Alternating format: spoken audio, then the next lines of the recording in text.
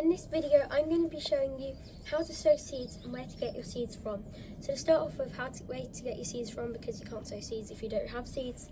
So your best option is probably your local garden centre, as they will be selling seeds, selling seeds there.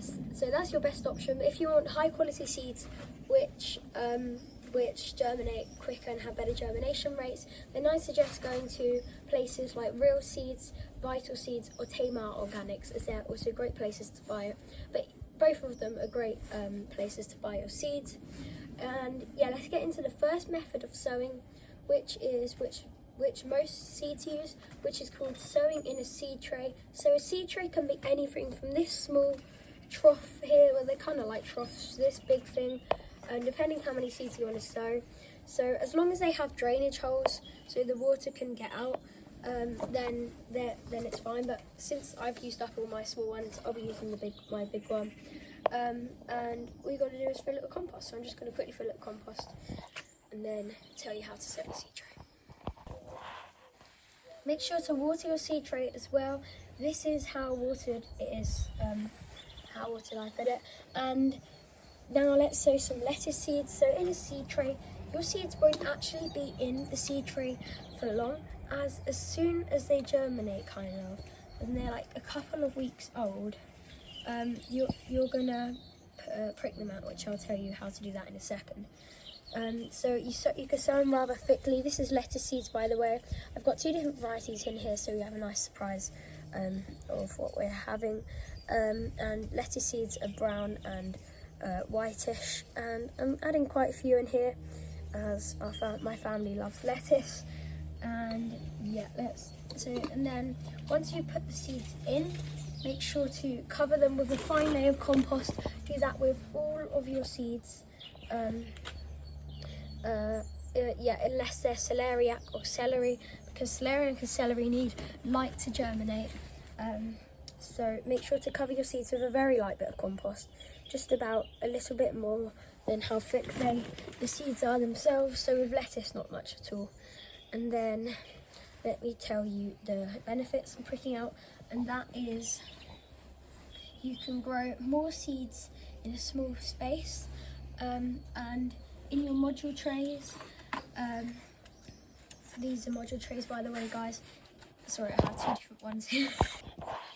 And then we have these module trays, and you sow seeds in these as well. This is the second method we'll get into soon, but you prick them out when they're about this big, when they've just germinated, about a day after they've germinated, so then they don't have much root, and you prick them out with a pencil, and you lift up the root with a pencil and put it into one of its own modules in the module tray here.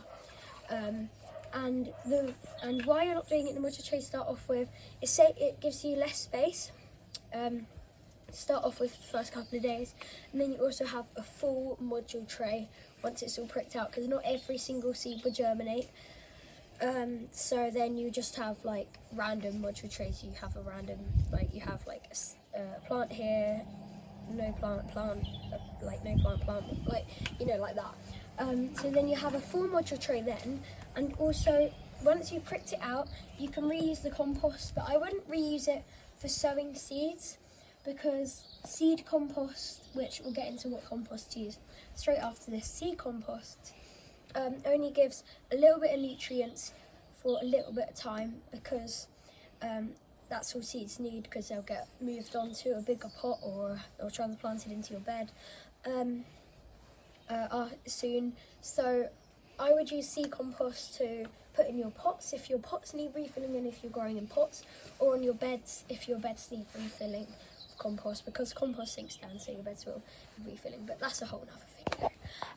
So let's get on to what compost to use. So you can use multi-purpose compost, you can use seed compost. So multi-purpose compost is multi-purpose, it can be used for literally anything, sowing seeds, putting on beds, literally anything. And then seed compost, it's just for sowing seeds, and it has that nutrients, what I'm saying, just a short bit of nutrients for the seeds to grow.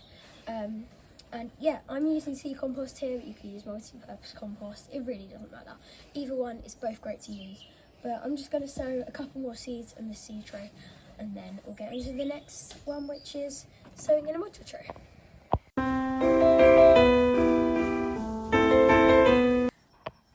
As soon as you sow these seeds, put them inside so that they have warmth to germinate. You can put them on a heat mat, but that's optional. If you are going to use a heat mat, then I would suggest using it for like heat-loving plants such as aubergines, peppers, chilies, tomatoes, courgettes, those ones. But that's optional. You don't need a heat mat, just to give the heat-loving plants a bit more of a boost. That's optional. But move your plants inside while they germinate, especially in the colder months. In the summer, it is optional. You don't have to put them inside for the summer to germinate, but it would still be best. Once they've grown up a little bit though, you can put them back in outside. You can even put them in a greenhouse. If you have a greenhouse, you can even put them in a greenhouse once they've grown up a little bit. But in the winter months, don't put them outside until you're going to transplant them out. So either have them in a greenhouse once they've grown a bit, but not while germinating, unless you have like a hotbed or a heat mat, something like that, or a heated greenhouse. But don't put them outside while they're germinating. So your house is the best bet. Polytunnel you could, it's a bit colder in the polytunnel though, so you'll have to experiment with that. Remember, gardening isn't an exact science. It's lots of experimenting, and when I say how much to sow and stuff, that's just because of experimenting, and you don't have to get exactly right.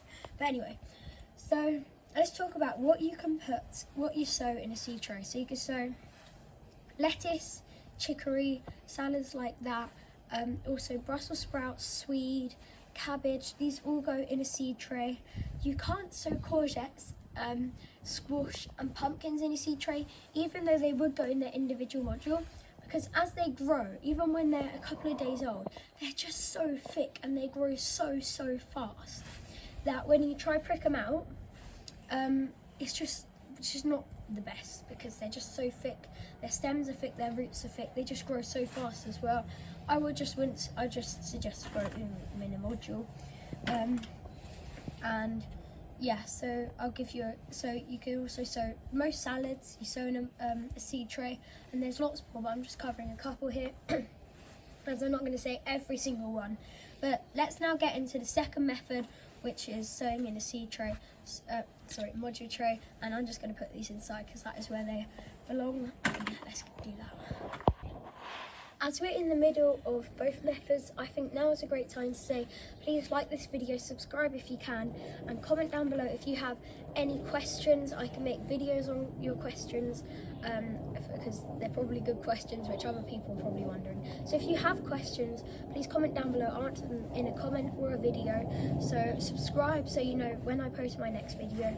And yeah, let's get right into the second one, which is sowing into a module tray.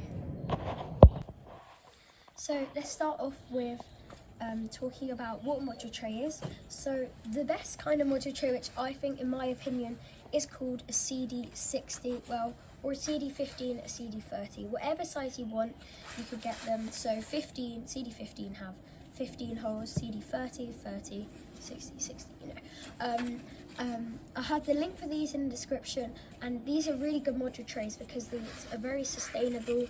You can stand on them, which I think is a fun thing to do with kids. Sewing is very easy to do with kids. They literally last ages. They're so very durable. A friend of mine made them, and there's also a couple other things great about them. So the module cells are a perfect size. You can't really get module cells this kind of size, small, because if you want bigger plants, then put them on. But it's also great to transplant them while they're early. I'm pointing towards my beds, by the way. They're up to the top of the garden over there. And then they also have massive drainage holes, which are really good because you need a lot of drainage when sowing. And you can also pop your finger in and take out the plug of plants. So you pop your finger in this end and then pull the plant out like that, and you get the whole plug in its shape as well. So that is really cool, and it really helps when you're transplanting your plants. I'll probably make a video about transplanting, so I will be talking about that when I do the video, so stay tuned for that. And sorry, and yeah, let's get this CD60 filled up and talk about how to sow, what to sow, that kind of thing. Again, I've given the CD60 of water, and yeah, I'm going to show you how to sow. Now, so when you use a CD60, unless you're using courgettes, squash, pumpkins, what I just talked about, the reasons why, well, the best option is to use a method called multi-sowing. So multi-sowing is when you put more than one seeds in their single cell compartment in one of these. And when you put more than one seed in it, they grow as a clump, and you still transplant them out in that clump. You don't separate them. It gives you less space, plus you get more harvest because you get more in one area. Plants love growing together like this, and it uses less space, but I'm only using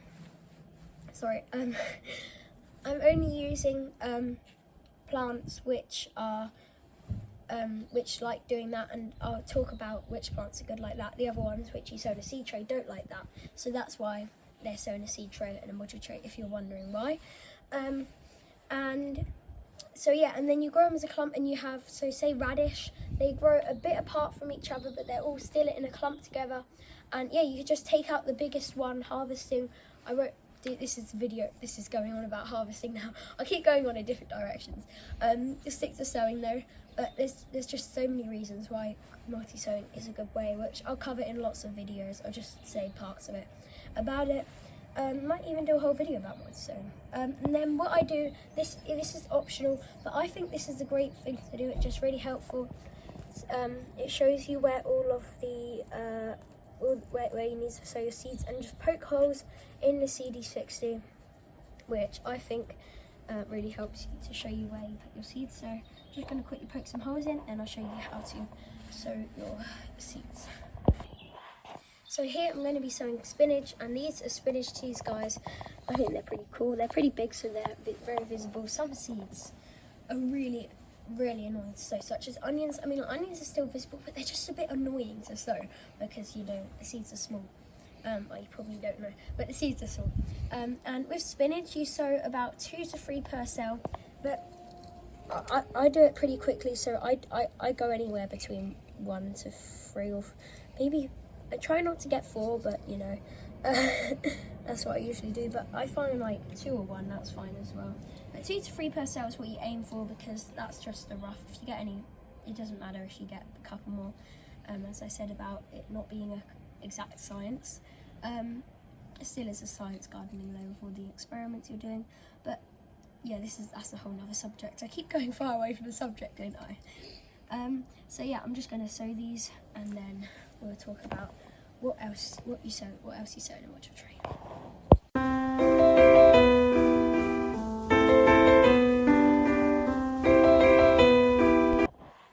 And remember, again, it's same with the module tray, just put a nice dusting of compost on. Sorry, got caught on the sign there. Yeah, so just make sure your seeds are covered. Try not to lose compost down the side. And yeah, just cover it all up, and then I'll be talking about how what to sow in a module tray. And I think that'll be the ending of the video. So I'll just cover this up and then tell you what to do in a module tray. So now I just got to say what to sow. What you can sow in a module tray, and you can sow chard. That would be 1 to 2 per cell. Onions, 4 to 5 per cell. Spring onions, 8 to 10 per cell. Spinach, as we just saw, 2 to 3 per cell. That is everything you sow in most of the main crops you can sow in a module tray. And I hope you enjoyed the video, guys. If you enjoyed it, definitely like this video. Comment down below if you have any questions. Please subscribe. It's been my dream to get a YouTube channel on this and help inspire people to grow, especially kids. So if you could please subscribe and like this video, that would mean the absolute world. And stay safe, guys. I'll see you in the next video. Goodbye.